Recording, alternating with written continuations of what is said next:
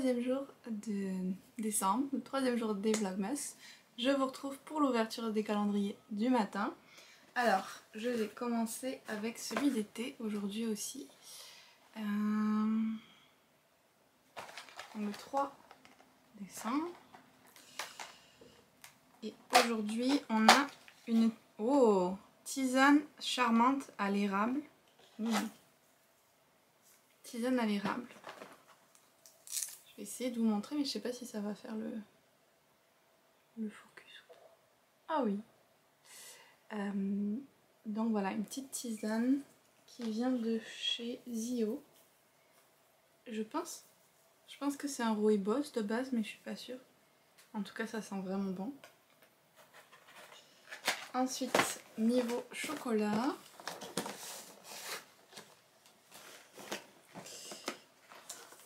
Il est vraiment trop beau, à chaque fois je me le dis. Alors aujourd'hui, on doit trouver des... comme une coiffure avec des bois de serre. Là. On va faire remarquer d'ailleurs que le premier jour, j'avais dit que c'était une marmotte, mais c'était un castor. Je m'excuse pour cette erreur. Alors, ah ben j'ai trouvé déjà. Cool. Et aujourd'hui, c'est classique au lait. Ok. Ça me va. Donc voilà. Le truc qui m'embête avec ce calendrier, c'est vraiment tous les emballages plastiques. Si j'avais su qu'il allait avoir autant d'emballages individuels plastiques, je pense pas que je l'aurais pris.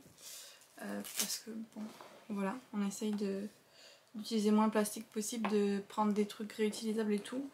Alors de voir que chaque petit chocolat est emballé dans du plastique, ça m'embête un peu. Enfin, on le savait pas. Ok. Ensuite, on a le calendrier d'Hélène. Oh, il est beau lui aussi. C'est un marque-page. J'attends qu'il fasse le... Donc c'est un marque-page de Hunger Games et j'adore le style. Je trouve que c'est très délicat et vraiment je suis hyper fan. Et donc il y a une citation. It's not over until the mockingjay sings. Voilà, donc rien n'est terminé avant que l'oiseau moqueur n'ait chanté. Il est vraiment sublime, donc très très fan. Et enfin, il y a le petit calendrier fait maison.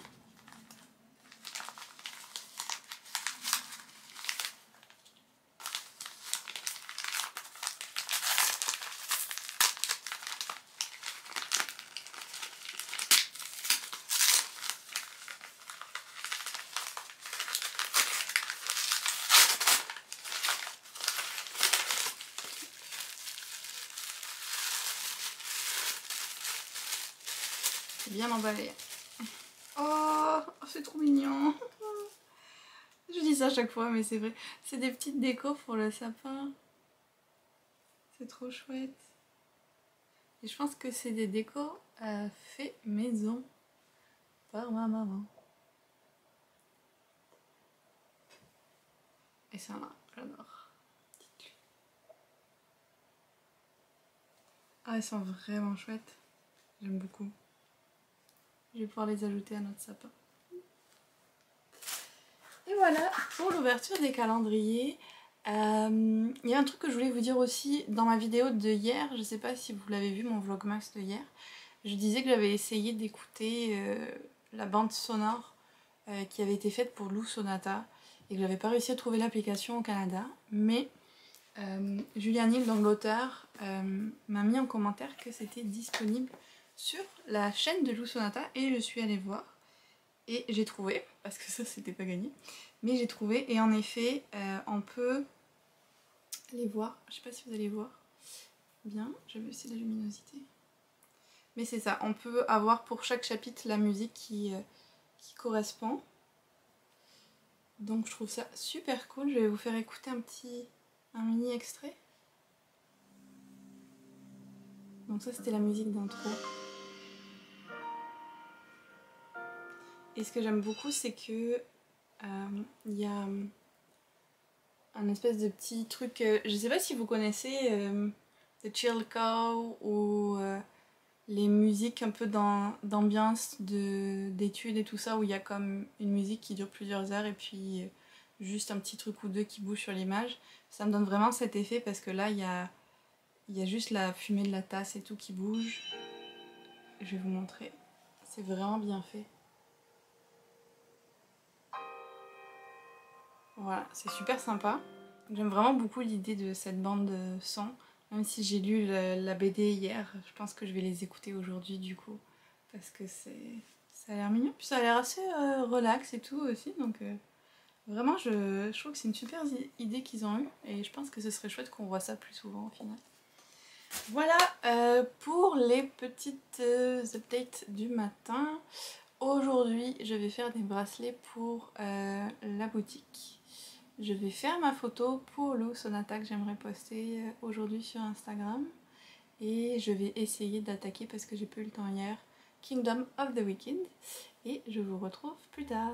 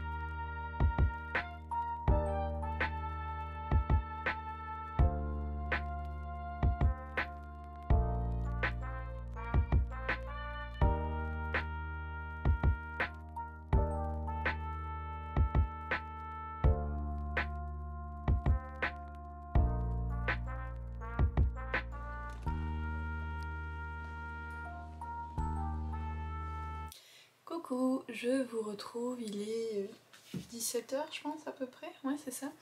Ça fait 2 heures que je fais mes commandes de bracelets, donc là je me suis dit que j'allais arrêter pour aujourd'hui. J'en ai quelques-unes quand même avec les fêtes de Noël qui approchent, mais pour l'instant ça va. J'arrive à maintenir le rythme.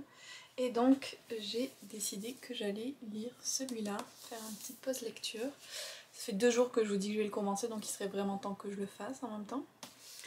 Et avant ça, je voulais vous montrer quelques livres que j'ai reçus. Alors c'est pas des services presse ni rien, cela c'est juste que Penguin Teen Canada faisait des Zoom Trivia à peu près une fois par mois ces derniers mois. Et le dernier Zoom Trivia qu'il y a eu, j'ai gagné, à ma grande surprise. Et donc j'ai gagné 3 livres et un bon d'achat à Indigo, donc c'était vraiment super cool. Si jamais vous êtes au Canada et que ça vous dit de participer au Zoom Trivia, dites-le moi, parce que c'est vraiment ouvert à tout le monde, donc je pourrais vous dire où aller pour avoir les liens et tout. Donc le premier c'est Wicked Fox de Kat Cho. Donc ça c'est de la fantasy, je pense que c'est dans notre monde et c'est par une autrice coréenne si je me trompe pas. J'ai des amis qui ont beaucoup aimé et ils me tentaient pas mal, puis la couverture est très belle.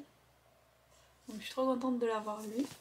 Et les autres, je suis hyper contente aussi, c'est les tomes 1 et 2 de...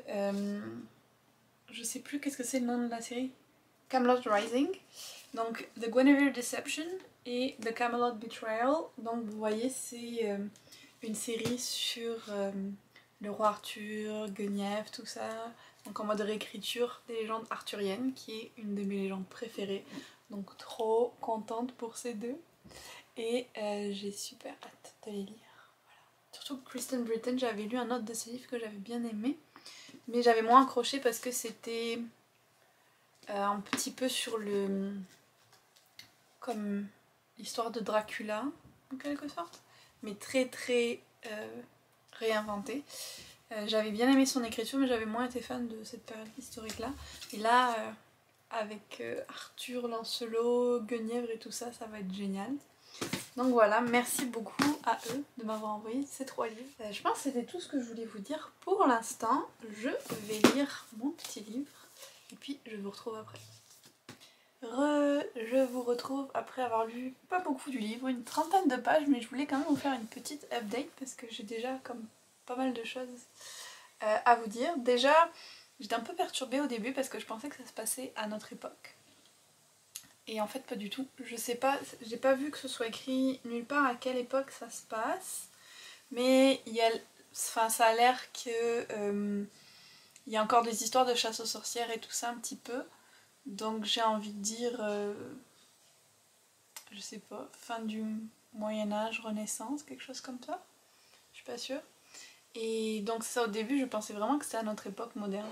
Mais en fait pas du tout.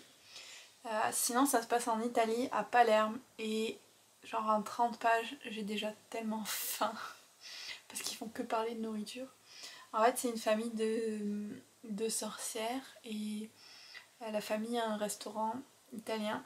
Donc vous imaginez, c'est tomates, basilic, mozzarella, ricotta, marzipan, que des choses super bonnes. Et ils expliquent les recettes qu'ils font et tout. Et ça me donne tellement faim de lire tout ça. Donc j'aime vraiment beaucoup. Franchement, je suis bien accrochée, déjà même juste en 30 pages.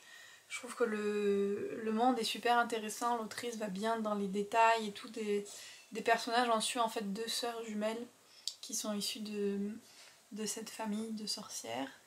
Et c'est un monde en fait où il y a les 7 princes de l'enfer qui sont donc les 7 péchés capitaux qui existent en vrai et qui des fois comme viennent sur terre pour dévorer les âmes et tout ça. Donc il y a tout ce folklore là, enfin cette mythologie là dans le livre qu'on commence à découvrir. Et puis j'ai fini par lire le résumé, en tout cas le survoler plus, et franchement je regrette parce que je trouve que on apprend déjà beaucoup trop de choses dans le résumé. C'est super spoilant déjà le résumé, donc si jamais vous voulez lire ce livre, je vous conseille de ne pas lire le résumé. De juste à savoir que c'est de la fantasy en Italie avec 2 sœurs jumelles et avec les 7 péchés capitaux. Et je pense que ça va y avoir des meurtres à résoudre, mais ne lisez pas plus que ça parce que sinon voilà, je trouve que c'est vraiment trop spoilant. En tout cas, je trouve, en fait je sais pas vous, mais quand un résumé dit des choses qui se passent pas dans les 2 premiers chapitres du livre, déjà je trouve que c'est spoilant, j'aime pas ça, j'ai pas envie de savoir ce qui va se passer dans le livre. Mais voilà, donc j'aime beaucoup les 2 premiers chapitres que j'ai lus. J'ai très hâte de continuer à le lire plus tard. Là j'ai quelques trucs administratifs à faire mais je vais m'y remettre juste après. Je pense que je vais finir le vlog là-dessus par contre parce que je vais avoir le temps de le monter. Et je vais vous dire par contre aussi, je cherche, ah oui il est là. Le livre que je vous recommande aujourd'hui, comme je vous disais, je vais en recommander un par jour. Et aujourd'hui, c'en est un dont je parle tout le temps et que je recommande à chaque fois que l'hiver vient.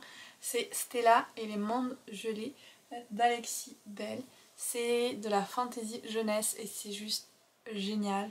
C'est un univers qui est luxuriant et loufoque, qui est extrêmement coloré, qui prend de tous les éléments fantasy. Il y a des yétis, il y a des licornes, il y a des mini dinosaures domestiques. Il y a plein de trucs géniaux et super bien trouvés, donc c'est très distrayant comme lecture. Il y a une héroïne principale qui est une fille qui est, je trouve, un beau modèle de jeune adolescente, on va dire, parce qu'elle a 12 ans. Je trouve que c'est un chouette modèle pour la littérature pour les plus jeunes lecteurs. Et puis voilà, il y a cet univers où elle va vivre des aventures avec des amis et tout, beaucoup de voyages là dans les mondes gelés, donc parfait pour l'hiver. Et puis il y a, si je me souviens bien, il y a aussi des illustrations, oui c'est ça, par exemple, comme là. Donc vraiment c'est un petit bijou de littérature jeunesse et je vous le recommande absolument comme une lecture d'hiver. Donc voilà qui conclut ce vlog, j'espère qu'il vous a plu. Si jamais il y a des choses que vous aimeriez voir dans les vlogs, comme je vous ai dit, n'hésitez pas à me le mettre en commentaire. Aussi j'ai posté une nouvelle vidéo aujourd'hui, donc quand vous verrez ce vlog, ce sera hier. En tout cas j'ai posté une nouvelle vidéo où vous pouvez voter pour mes lectures. Les livres que je vais acheter en fait en fonction d'une sélection que j'ai faite à partir de Booksta. Donc c'était une idée de vidéo qui me plaisait beaucoup et n'hésitez pas à aller la voir et à voter pour les livres que vous aimeriez que j'achète et que je lise. Et puis je vous retrouve demain pour un autre vlog.